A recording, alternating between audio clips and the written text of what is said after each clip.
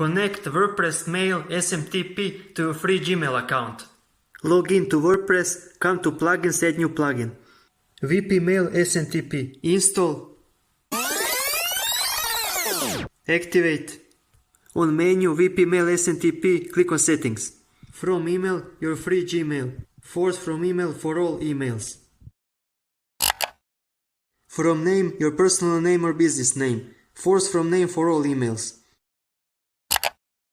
Mailer Google Gmail. Client ID, client secret, your credentials from Google Cloud Console. Log into Google Cloud with your free Gmail account, your created web application, credentials.